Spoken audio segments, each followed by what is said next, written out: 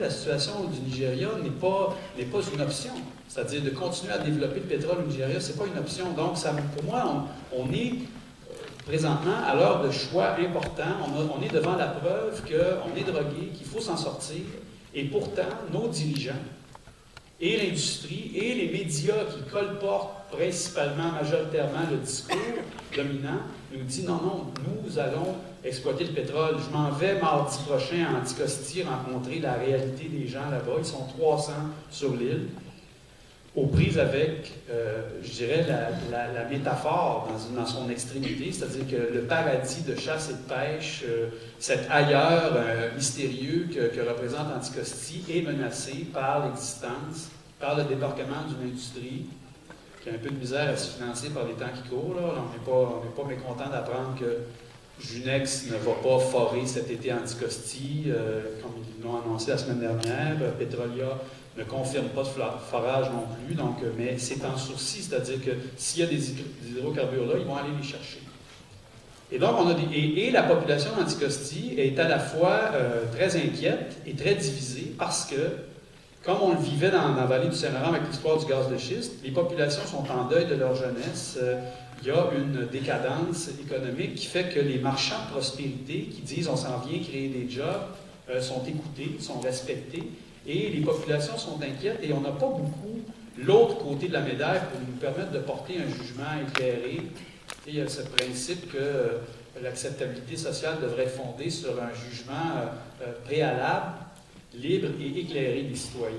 Mais on nous donne très peu de conditions pour qu'on puisse effectivement porter ce jugement-là. Il y a un géologue à la retraite, Marc Durand, que vous connaissez peut-être, je vous invite à consulter éventuellement sur YouTube. Il fait une conférence sur Anticosti, très élaborée, très éloquente, et on le pourfend, et c'est un homme libre parce que c'est un géologue à la retraite. Donc, il n'y a pas de... Il a une liberté que beaucoup d'autres n'ont pas dans le milieu. Et là, on le pourfend en disant il est seul.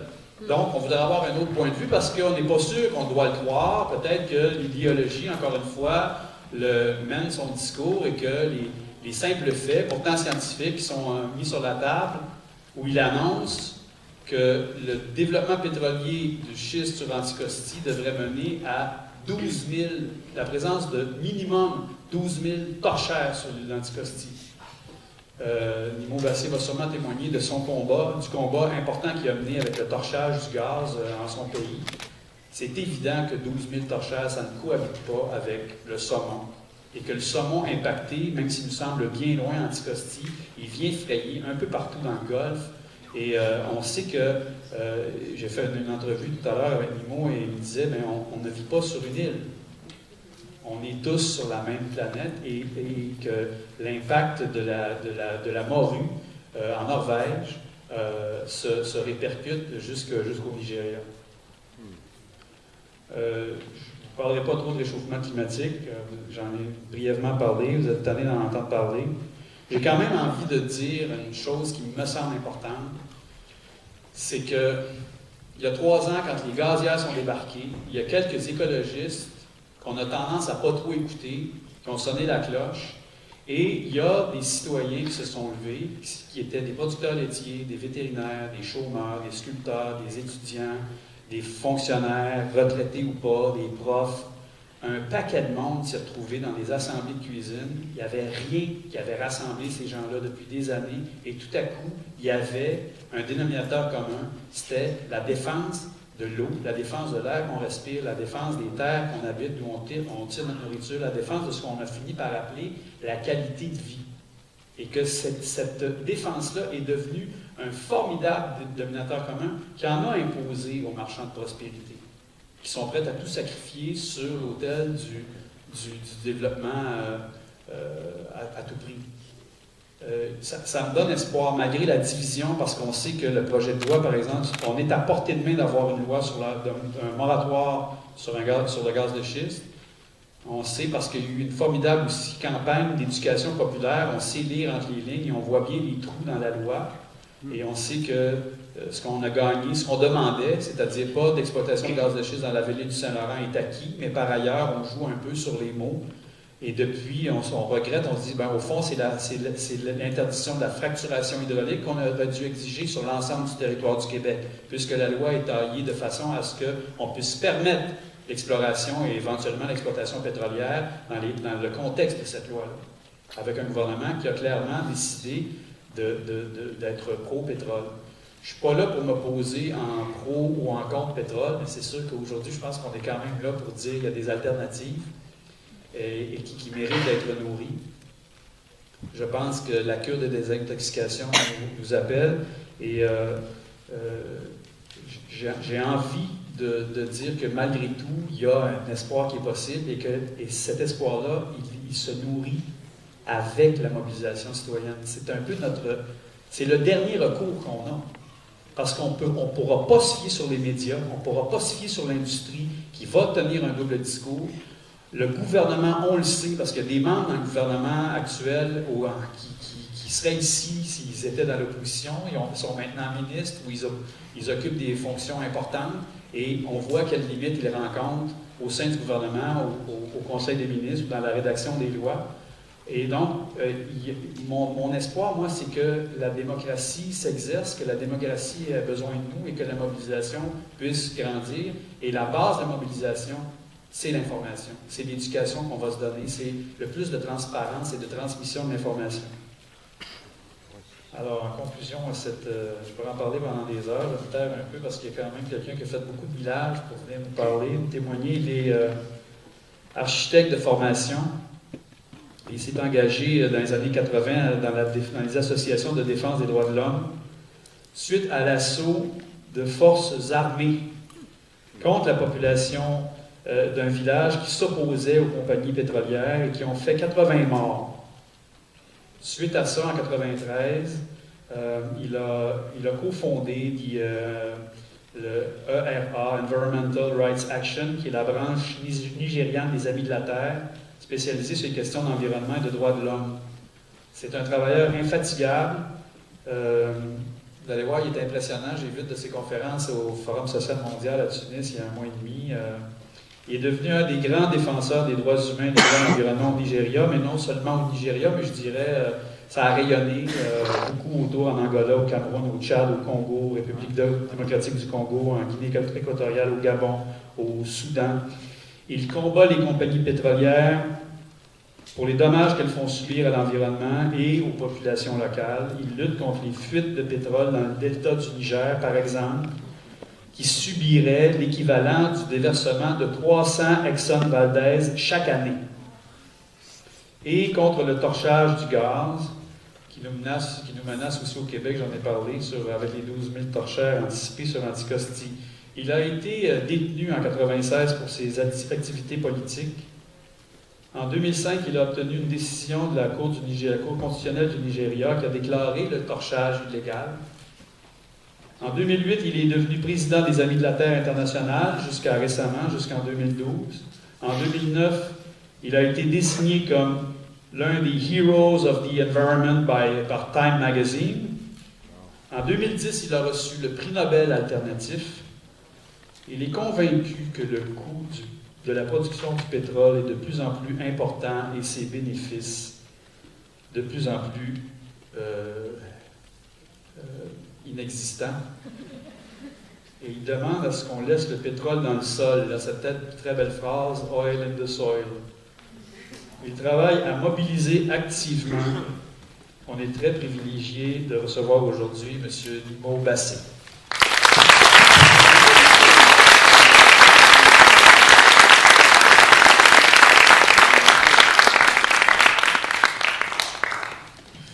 Thank you, Dominic, for the introduction and for the comments. Good afternoon, ladies and gentlemen. Hi. Good afternoon, brothers and sisters. Good afternoon. Good afternoon, in-laws and outlaws.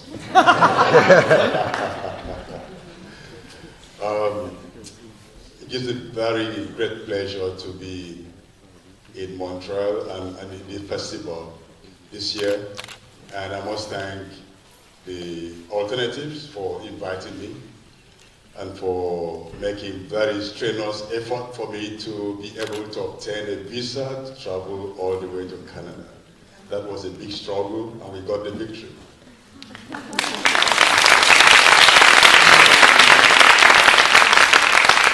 And I thank you for spending your afternoon to be here. It's such a beautiful day.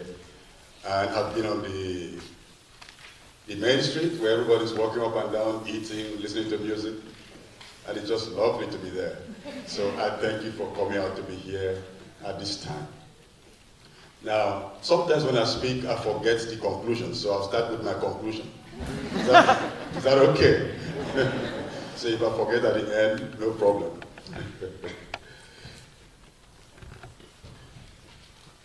Something is going on here.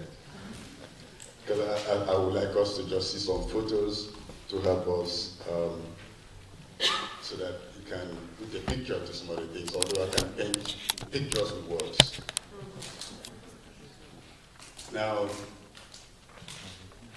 I'll be speaking mainly about the destructive extraction of fossil fuels in Africa,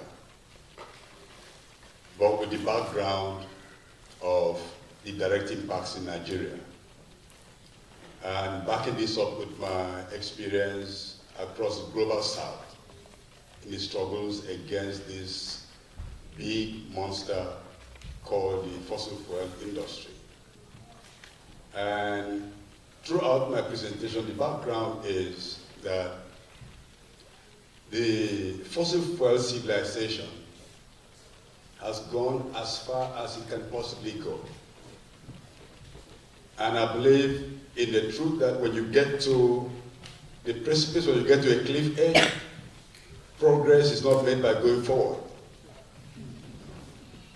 Progress is made by stepping back. But the way we're going right now is the way of pushing forward, even in the face of very grave danger. And this push is because, principally, the world has, because as Dominic said, dropped on fossil fuel, dropped on crude oil, on tar sand, and with the neoliberal logic that the private sector is always right, and that capital is everything. So if I have a lot of money, I can control political power. And so whatever I say is right. And if I make profit, it means I'm efficient. Whereas if you really look critically at those who are accumulating, dispossessing others to accumulate, they do it actually very inefficiently. That is why we have wars today, resource wars in this world today. Very primitive.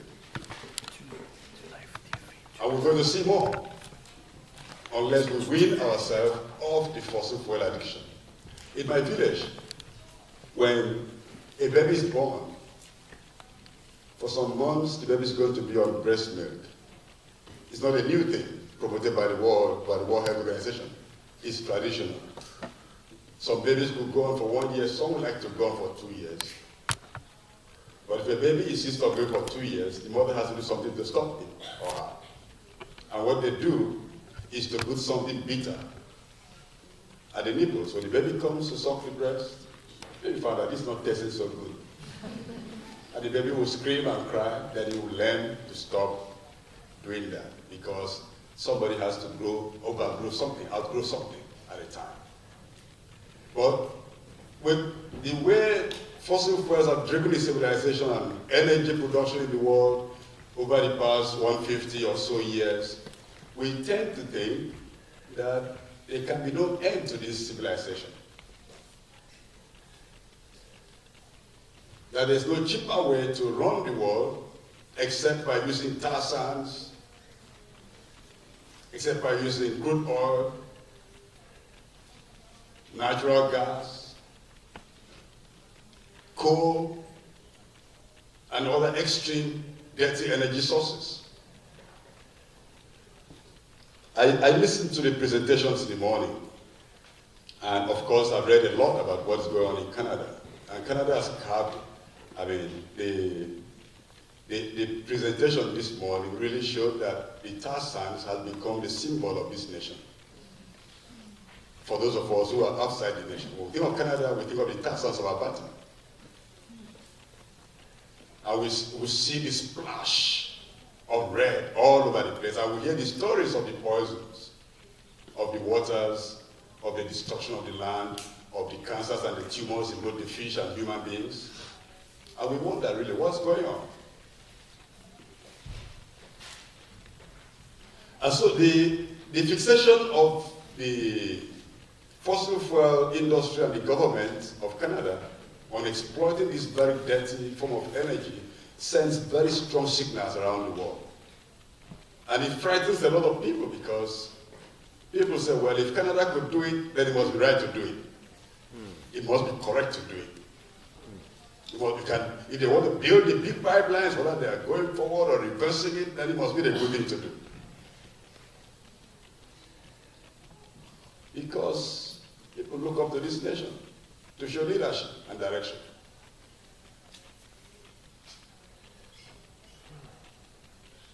And so this sends a special message to Africa, where fossil fuels have been found almost everywhere. It is a big story. The map I'm showing is an old map. But right now, if you get the current map of Africa, you will be at pains to find if there's any country that doesn't have either coal or gas or crude oil, either on land or offshore. Landlocked or not landlocked is found everywhere. And so at the time when we ought to close down this sector, when we ought to wind down, begin to wind down and not look for any new reserves, is at the same time that rich, powerful countries in the world are promoting extreme, dirty adventures in this direction.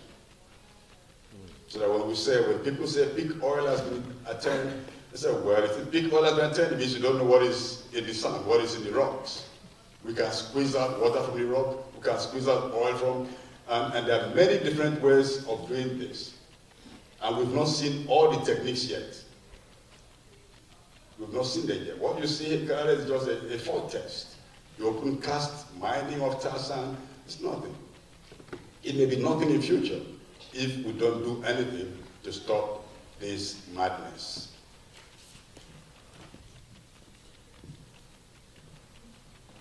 The world likes to make promises that they're going to eradicate this or that.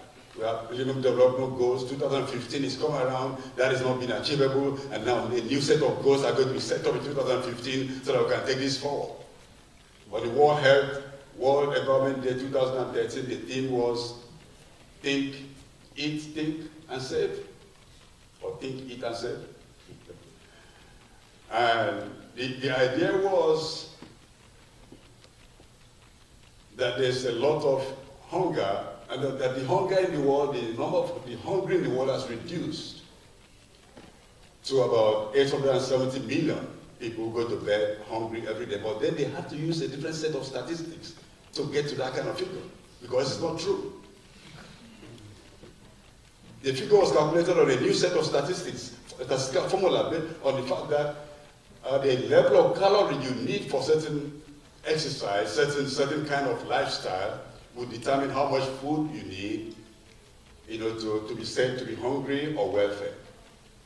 And those who calculated this included the life of small-scale farmers, family farmers, as those who are sedentary, and those who can be equated to those who sit in their sitting rooms to watch movies, or use their smartphones to send text messages or chat. That these guys who are pulling the hoe, who are fetching the water, fetching the firewood, working from morning till night, with their raw energy, can be equated to the same level of exertion as those who sit down and enjoy movies all day. Does that make sense? Does it make sense? No. You said it. But that is the kind of calculation that you find in the world today. And so all the beautiful goals set up are being subverted by the fossil fuel sector. Because with the level of pollution that this sector brings about, you cannot, nobody who is polluted to that level can sustain his or her livelihoods. Because many of the communities where oil and gas and tar sands are extracted, you find people who depend directly on the environment. So all the goals, infant mortality, How are the children going to survive if the water they drink is polluted? Poverty, when they can't work.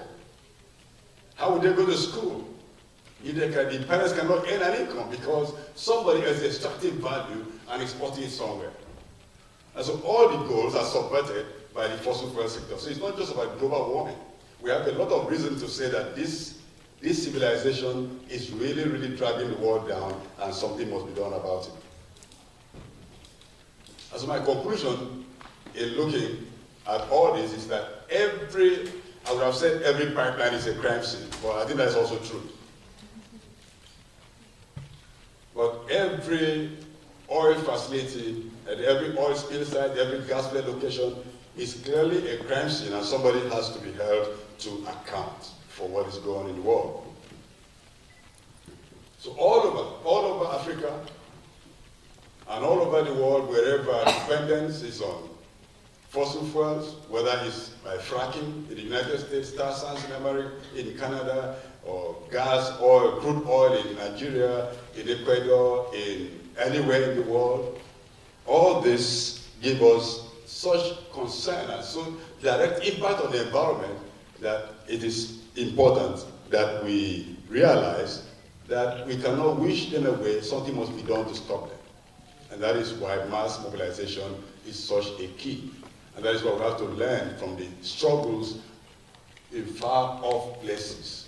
We have to connect the struggles, share our narratives by ourselves, and then build resilience to stand against what is not in our favor. Last year, I went to Ireland, to County Moyo, to see the resistance against Shell gas pipeline and the Shell refinery. Resistance has been going on there for over 10 years. In fact, in front of the refinery, there are 9 white crosses with the names of the 9 Ogoni leaders who were executed by the Nigerian military in 1995, including Ken Saro-Wiwa, who inspired me to intensify my effort as an environmental justice advocate. But in those communities, the people all stood against this project. When I say all the people, it's 90% of the people. And on every electric post in one of the communities, you have signs saying no consent. So these communities have not consented to the pipeline or to the refinery, but guess what? The refinery is being built, it's almost completed, the pipeline is going on. Against the interest of the people, without the consent of the people. For how long are we going to allow a sector that kills us to continue to operate without our consent?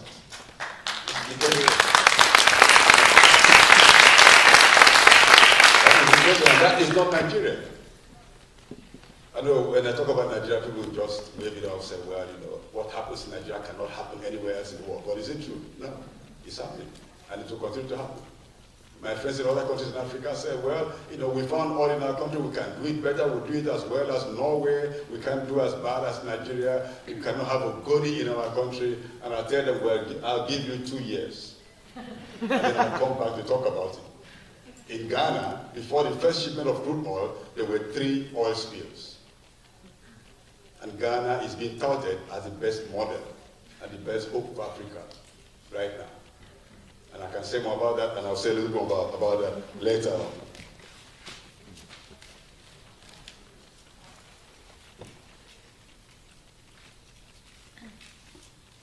Okay, sometimes I'll just flash through this slide because I don't want to take too much of your time. I don't want to test your patience. But you understand what I mean? That these corporations have so much influence, they twist the laws. Wherever they go, they want to make the law as weak as possible. It's happening in Canada. It happens in Nigeria. If I want all the executives told the Nigerian government, if you make a law that makes it inconvenient for us, we will not accept it. How could somebody ever say anything like that to a government? We will not accept it. If you said I will move away, I can understand, and I'll say goodbye. But if you say you will not accept it, well, who are you not to accept? My sovereign law in my own land? Well, this is the kind of arrogance of the sector that we need to really make them know that what they're doing is unacceptable. So they've been carried on with extraction without any sense of responsibility, and this is the worst form of imperialism. exploitation without responsibility, no matter who is carrying that. It's a manifestation of a deep-seated malaise, a deep-seated disease that those with power believe they can ride roughshod on the backs of the weak. They can sink their fangs at Dracula into our veins and suck the last blood out of us. But are we going to allow that to continue? No. You can push a man thus far, but it gets to a point you have to push back. And this is what is happening around the world, around many locations. Many of the manifestations we see, the uprisings, the awakenings, the Arab Spring, the unreported uprisings across the continent of Africa, what is happening in the Middle East, the Occupy movement, the Idle No More, the Indignados, all these uprisings, they are not single idea or single issue struggles. They are all multifaceted. They are all the interlocking issues of life that people are fed up with. And at the core of this is the dirty fossil fuel energy sector. Mining is one area that is really troubling. The Canadian mining sector has about 700 mining interests in 35 countries in Africa. So the footprint is massive, and it's going to get bigger if they land where they want to land all across the continent. And from what is already going on elsewhere in the world, we have a lot of reasons to worry about this move. Because the mining sector in Africa has suddenly become very notorious, especially South Africa. You heard the story about the miners who were shot by the police, shot dead up to 40, and those who survived were arrested and detained and charged for killing their friends, whereas everybody said the whole world saw who shot the guns, that is gone when they were killed by the police. But the whole idea is that labor provided by poor people is so inconsequential to capital. Because although you help to produce the goods, you cannot consume the goods, so you don't add to their profit in terms of consumption. You only add to the profit of what they can extract from your labor. And so you can kill off these ones, and then more will line up to take up their place. It's an endless stream of people who've been deprived, who've been sidelined, and who are just ready to sell their labor. But I'm glad to say that the labor movement in South Africa is not taking it lying down. It's standing in the face of these horrors that are remaining strong. But there are still many, many, many things to do to bring sanity in that sector. And so in my reality, this corporation, because they're working against the interests of the people, necessarily have to work behind military shields. That they have the military, they have the private military or the national military backing them up and making sure that they create a barrier between them, a shield between them and the people. Just like the law also provides a barrier between the directors of these companies and accountability for what evil they inflict on communities and on the environment. And all these shields must necessarily be removed. We have at least one oil spill in Nigeria every day. At least one new one on the average, which means at least 365 or 336 oil spills in a year. It may sound alarming, but if you go to the website of Shell Oil Company, you find them admitting that in 2012 they had 200 oil spills, one company. And we have all the major players in place in the Niger Delta. An interesting thing about the Shell's admission of 200 oil spills is that they said only 50 were caused by equipment failure or errors on the part of the corporation. Now, if one company has 50 oil spills in one location in a year, what do you think about that? That's a great company, responsible, high-tech. You know, they blame the rest on third-party interference, and I said, okay, I could admit that maybe there's so much third-party interference, which, of course, you know, I don't believe that, because it's always a claim they make so that they don't pay compensation for the damage they do, as a loophole in Nigerian law. But to admit to 50 oil spills in 1 year is sheer madness. I don't think they would do that anywhere else in the world. What would you think if they bring the pipeline to Montreal and then the company, whether local or not, records 50 oil spills in this city in 1 year. Will you buy their shares? No. You will tell me. Okay, but what you see there is just one of the that's one of my colleagues. He's not stirring a pot of soup. He's sticking a stick in one of the oil spills. And the oil spills that are 40 years old, you can see. Oil spills don't disappear. They don't disappear. If you go to Alaska, there's one this oil spill was cleaned with all manners of chemicals and effort, but those who have examined that location say you can still find traces of the oil spill that occurred when? In 1989. In the best of efforts. When the Gulf of Mexico oil spill occurred, a lot of chemicals were used to push the crude beneath the waters. Until today, I don't think we've got the full record of what kind of chemicals were used in that effort. So we don't even know the real impact on marine life. But simply because the oil is not on the surface, it was a good successful effort. Even the President of the United States went there to swim to show that it was safe. But when the hurricanes come, we still hear tales of tarballs surfacing, like somebody turning the ship. So there's a lot beneath the sea that have so far been pushed out of sight. But they'll come up, either through the food chain or by other manifestations. But the difficulty and the danger is that a spill in the Gulf of Mexico or anywhere else in the world does not end at the national boundary of these nations. They have global implications. This is why we cannot tolerate environmental degradation anywhere in the world.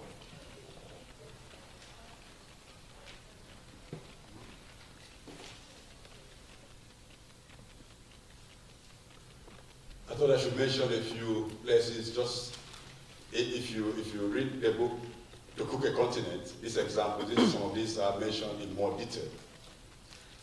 One of the places where gold mine was first extracted, was extracted in the biggest underground gold mine in Africa is in Obuasi, a place called Obuasi in Ghana. And the impact is horrendous. Over 100 years of extraction. If you go to visit Ghana, please go to that community and see whether they benefited from gold. Then in Marikana, I mentioned about the killing of miners in Marikana by the police. Recently, a minister in the South African government said they're considering sending peacekeeping force to the mines. Peacekeeping force in the mines. So the mines have become war fronts, war zones. So they're going to send the military to all the mines. They think of sending the military to all the mines to ensure that the workers are kept in check. Now, if we don't have reason to worry, I think that is one. They have not made a decision, but it's been announced to the public that the government is considering that. If South Africa does it, the other countries in Africa are going to do it. And guess what? Who's going to benefit? Transnational mining corporations from many countries, including this, your lovely dear nation.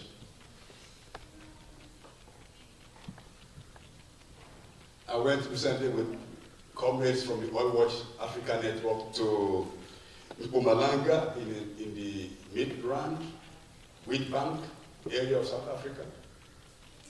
And there were mines that were closed down several years ago, some up to 50 years ago. But when you just get to the territory, you have to walk carefully on the land because you can see heat waves that would have gone burning, fires burning in the abandoned coal mines. And you can smell the sulfur as if the debris is around the corner. And if you don't follow the guide, you stand a risk of falling into sinkholes. And buildings have disappeared suddenly into these sinkholes. So the mines have been abandoned, but not decommissioned. So the extractive sector is not only harmful when the mine is in operation, it's harmful post-operation.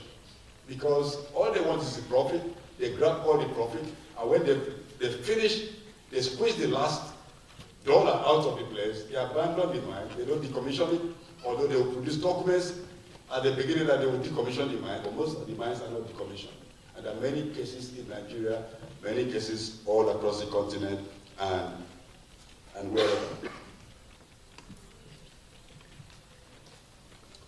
A place like the Rift Valley of Uganda, there are new oil fields there. And these are near the headwaters of the River Nile. Nature reserves, mining, outlawed according to law, but drilling for oil and extraction is going on as we speak. Harbour City is a location in Ghana from where offshore oil is being extracted. Now, most of the people there are fishermen, and fisheries in Ghana brings the economy about $1 billion a year. And now there's a possibility that this will be severely impacted by the oil sector, which is drilling on the Jubilee field in the area endemic with most of the fish species that the fishermen have to harvest for local consumption and for export. So the question, the critical analysts are asking, which is more valuable, crude oil or fish, which provides more employment? In Africa, the fossil fuel sector does not provide more than maybe 5% local value addition in terms of employment, because the investment is done mostly outside of the continent. So they could employ a few hundreds of people, but fishery will employ millions of people. And so if we really want to work to support our local economy, should we support a system that destroys our capacity to live and to labor, or should we support it and outlaw anything else that cuts our life short? I think I'm begging the question now. And in Ghana also, in the past recent times, they've got about 11 dead whales washing up. And when a whale dies from pollution, you can't imagine how many thousands of other species have been destroyed. They've got 11 since oil business started offshore of Ghana.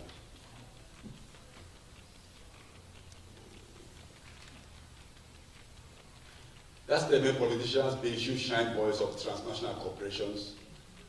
It's true in most countries in the world. Maybe it's not true here in Canada. Because the governments simply do the bidding of the corporations. If they want the laws weakened, they weaken the law. If they want tax breaks, they give them tax breaks. If they want to repatriate their profit, the tax havens, that gap is given to them. So whatever the corporations want, that's what the politicians do, to a large extent. But they were not elected by the corporations. And so the issue is, when are we going to hold these politicians accountable to us if we, the people, elected them into office? They're puppets, mister. They're puppets. They're pockets. Yeah, puppets, you know? Puppets.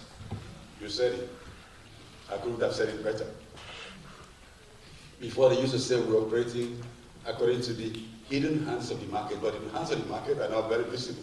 They're not hidden anymore. They're not hidden. And they don't care that they're visible.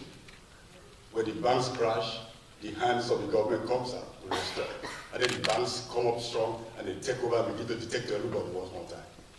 What nonsense. The late Hugo Chavez said, if the climate were to be a bank, government would have saved it. But because it's not a bank, they don't give a damn. Now, I put this slide here. Look, maybe you recognize that man was a top economist in the World Bank, as well as an advisor to President Obama in the United States. While he was in the World Bank, he wrote an email that got leaked. And in essence, what the email was saying, as you can see, is that Africa is underpolluted. So you can dump toxic waste in Africa, you can ship toxic waste to Africa. And my conclusion is that pollution does not happen by accident. So when any corporation pollutes my environment, I know that this is a deliberate act to destroy me, to destroy my livelihood, to destroy my culture, to destroy my way of life. And I cannot keep my eyes shut to that kind of assault. Why? So, this guy said that, well, if you read the full email, he said, well, Africans will not live old enough to have prostate cancer. So if you kill them all before they get to that age, it doesn't mean anything. Their life is cheap. So you can pollute and give really, really nasty email. But that guy is still being sought after by decision makers at top political levels to give advice. So you can imagine the kind of advice they're getting and why these corporations can do what they want to do. So what are we going to do? Or what are we doing? There are many struggles around the world, and there are some examples of successes, and some are ongoing because we're fighting against very powerful forces. But as our friends say in the struggle, when people are united, they cannot be defeated. You know, they say, a people united will never be defeated. A people united will never be defeated. I would have said it in French, but I don't know how to say it. Le peuple uni jamais ne sera vaincu. Un peuple uni jamais ne sera vaincu. Again, you're going to be fired. Un peuple unido. We can say it in many languages, it sounds very bad, it's the truth. It's when they divide us, that is when they can ride over our backs. And the unity that we have to forge is a unity that goes across nations, that goes across boundaries. That's one reason why I'm here, to ask for you to pay attention to what Canadian firms are doing in Africa, to build alliances with communities in Africa. Let's have exchanges. If you have to come by boat, that's fine. If you well, to swim. If you budget 1 month, you get to Africa one way or the other. But we can fly. Well, we can use the system to overturn the system. And so we've seen struggles in Nigeria, in Ogoniland. The Ogoni people stood up against one of the biggest and strongest oil corporations, Royal Dutch Shell in Nigeria, and declared Shell persona non grata in 1993, and expelled Shell, and Shell has not returned to Ogoniland and will never return to Ogoniland. There are just a few people, a small group of people, who determined that the pollution in the environment was unacceptable. And in fact, their discourse with Shell and the Nigerian National Petroleum Corporation, the president also in partnership with Shell, has been validated by a recent report published by the United Nations Environment Programme. The report showed that Ogoniland, all the waters, surface and groundwater in Ogoniland are polluted with hydrocarbons and other chemicals from the sector. And that in some places, they have cancer-causing benzene 900 times above World Health Organization allowable standard. They've also shown that the land is polluted in many places up to a depth of 5 meters.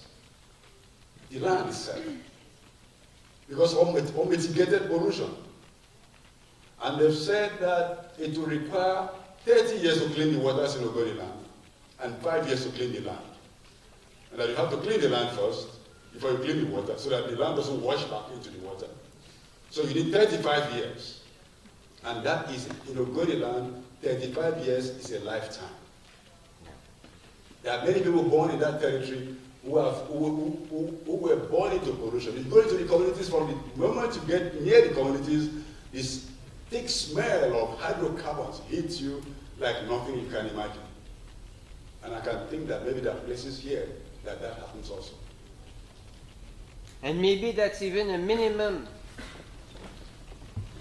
of time needed, I mean. That time is needed for concentrated. I like this discussion. Thank you very much. The 35 years means that you have to invest consistently. You have to have the best people with the best knowledge. You have to have the best equipment, the best methods, and then in 35 years you can clean Ogoniland. Now, how is that going to happen? What they just said that ecocide has been committed there. So, ecocide has to be recognized as a crime. Anybody who harms Mother Earth, who harms the planet, who destroys the planet, who breaks the natural cycles of Mother Earth should be held accountable, just like people who commit crimes against humanity. Crimes against the planet cannot be wished away and ignored, because the planet that gives us life. But people are doing this. All those fracking, using fracking, when the water from fracking, from heavy crude oil extraction, heavy gas extraction, some of the poisonous waters they put in telling ponds, they put in those wastewater holding ponds. Some of those waters can never safely be returned to natural water bodies. That is breaking the laws of nature. And so all those who are committing this kind of crime, there must be a mechanism to hold them accountable. And this is why we need ecocide. We need to have a global support a campaign for making ecocide an offense. Already 2 countries have rights of nature in their constitution, Ecuador and Bolivia. And the case of Bolivia, of Ecuador is being tested. After the BP oil spill, I was privileged to be amongst the activists who sued BP in the Constitutional Court of Ecuador for polluting Mother Earth at the Gulf of Mexico. The demand is not for monetary compensation. The demand is that BP should leave an equivalent amount of oil they spill in the Gulf of Mexico untapped in any of their oil fields. They should also reveal what chemicals they used to tackle the spill and also commit not to ever use them anymore. Demands such as this to protect Mother Earth, and this is what we can do as citizens by fighting to make legislation that will allow us to defend, to speak up for Mother Earth. If some people say, how can the earth make demands? Are we not part of the earth? When we speak, the earth is speaking. When we speak, nature is speaking. Except you are not from this planet. Except you are bionic or something. Or genetically engineered. But I suspect that we're all from this planet. Is my suspicion correct? Thank you.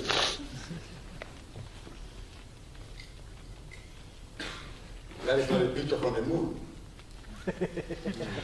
That's a domestic scene here. I just thought I should look at it myself while speaking to you. It's Calgary. And the tar sands extraction impacts everything.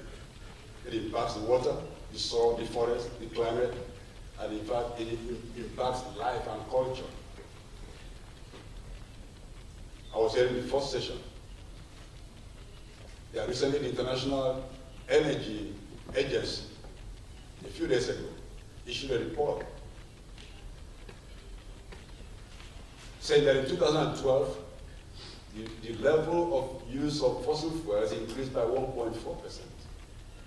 And that the world is now on the path to 3 to 5 degrees centigrade temperature increase above pre-industrial levels. If that happens, Africa is finished. Because for every 1 degree centigrade increase of temperature, Africa suffers 50% more. So you have 5 degrees centigrade temperature increase, Africa will have 7.5 degrees centigrade. Can you imagine a situation where the temperature goes that high in Africa? Where would that be? Would you see me anymore? But of course, some people would like to have Africa without Africans. Because people say Africa is now the new frontier for resources. They want to grab the land. You know, when it's convenient, sometimes Africa is, too many people in Africa is overpopulated. Then because they want to grab the land, they say Africa is underpopulated. There's too much land, let's go and take the land. So the argument is made according to what suits those who want to grab the continent. So the scramble is on. But also the resistance is building. Resistance to sovereignty entrepreneurs who are speculating which countries are going to fail states, and which countries are going to split into two. Those who speculated over Sudan succeeded. I mean, they got, of course, the situation in Sudan was horrible, but we should be building unity rather than dividing. Now, I'm not going to look at politics, so pardon me. But you know, before South Sudan became a country, there were some companies from the United States who were speculating because the US would not do business with Sudan. But South Sudan was going to be okay to do business with. That was predictable. One company bought 600 hectares of land in South Sudan before independence, before separation, for $25,000. 600 hectares of land for $25,000. And they had a right to all the mineral resources in that land, all the right to all the forests, all the timber products on that land, all the right to cultivate whatever they want on that land, the right to the carbon stock, carbon credit that may come from that land for about 50 years. Now, that was a business deal, wasn't it? But this is madness that only capitalism allows. That wherever you can sign a document that you sign something of, therefore it's legal. But I think it's absolute nonsense. When you make a deal that is clearly unacceptable, this was pure theft. And happily, when South Sudan became independent, it was one of the first deals that was quashed.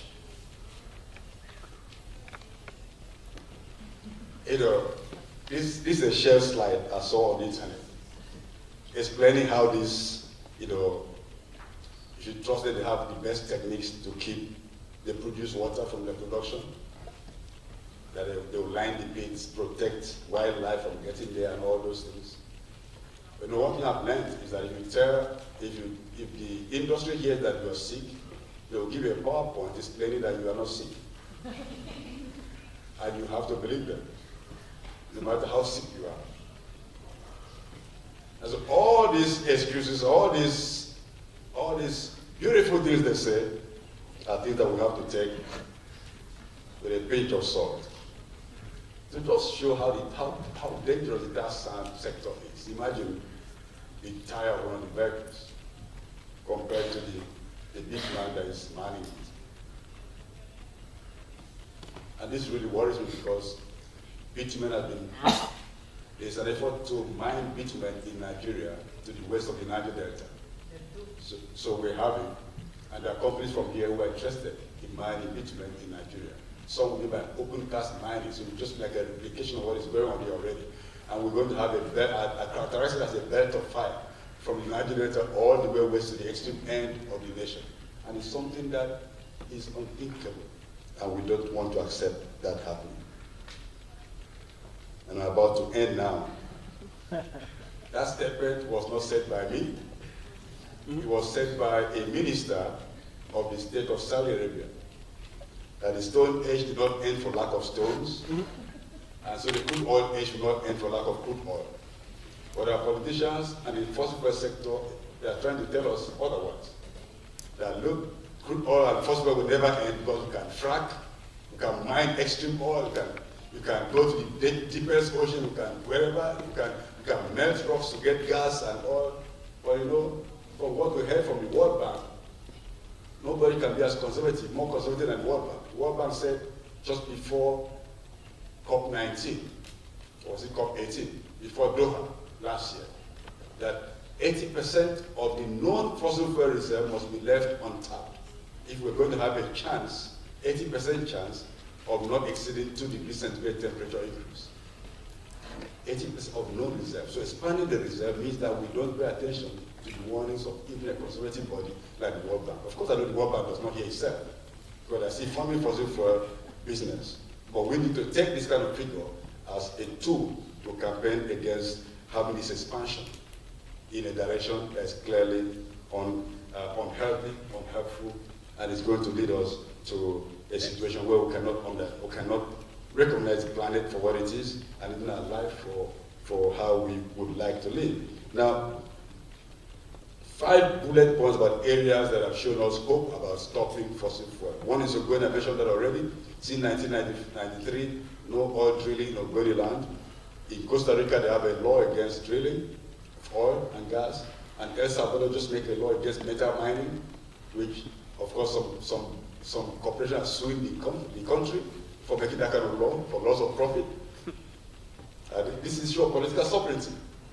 The people who have to regain their sovereignty over these political structures. In Yasuni, the Ecuadorian government has pledged to leave oil underground if they can get half the value as donation. Many countries and organizations have made contributions and pledges, and so up to this time, that is still holding.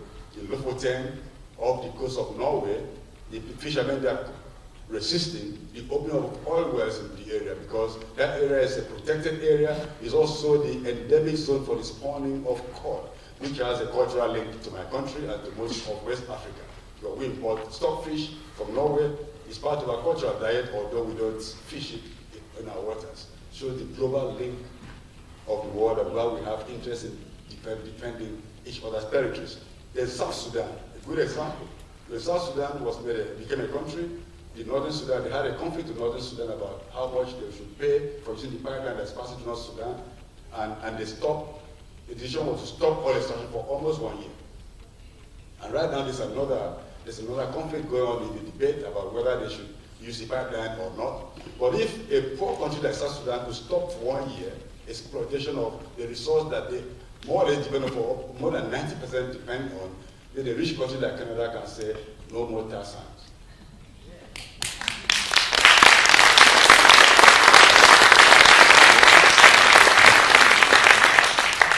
And Nigeria can say, no more crude oil. Some people tell me, well, if Nigeria has no more crude oil, there will be no hope for it. But Nigeria was richer without oil. And Nigeria will be richer post-oil.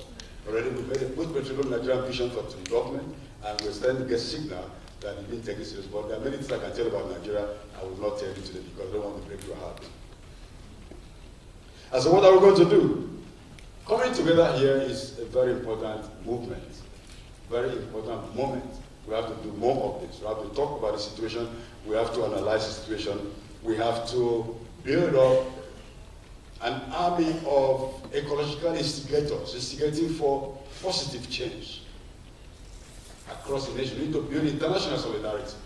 We look at the local situation, but we don't only resist the local impunity. We have to also resist the global impunity because we don't want big oil to burn the planet. And I thank you very much for your attention.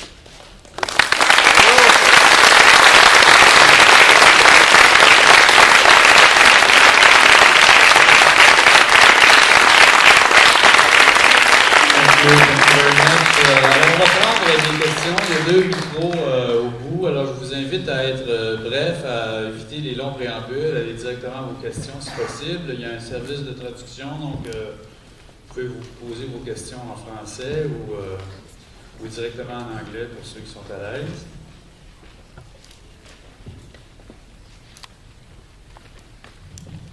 Bonjour, merci beaucoup pour être venu ici chez nous.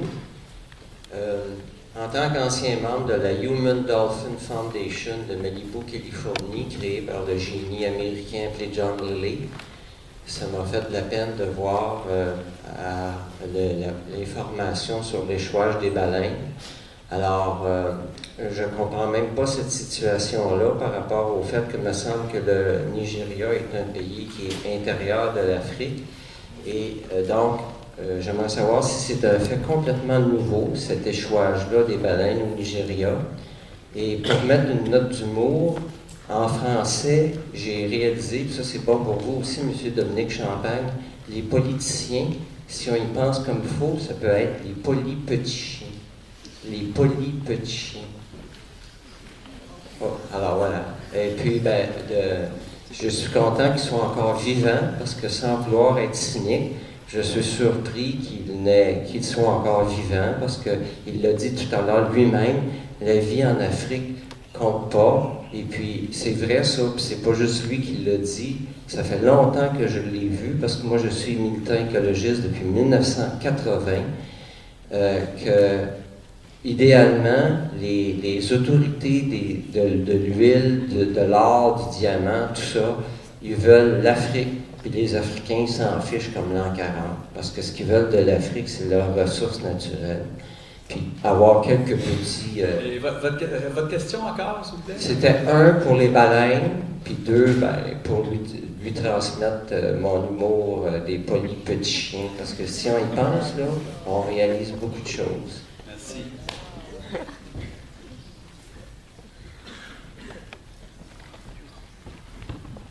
Well, thank you for that. The whales I mentioned were the washed off the coast of Ghana. Of course, we've had the issue of whales also in Nigeria, especially in January 2012 when there was a Chevron gas rig explosion 10 kilometers off the coast of the Niger Delta, where a couple of whales washed up because they were also killed by the pollution. So, but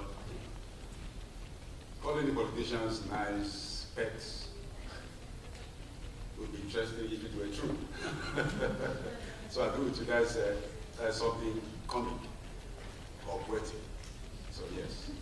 Thank you. Monsieur?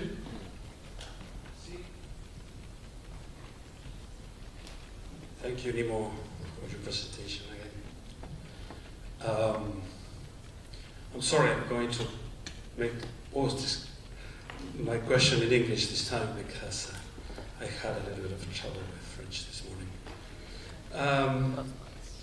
You mentioned that we have to elect politicians that will follow orders, positions, advices, needs. The problem is that at the heart of the neoliberal agenda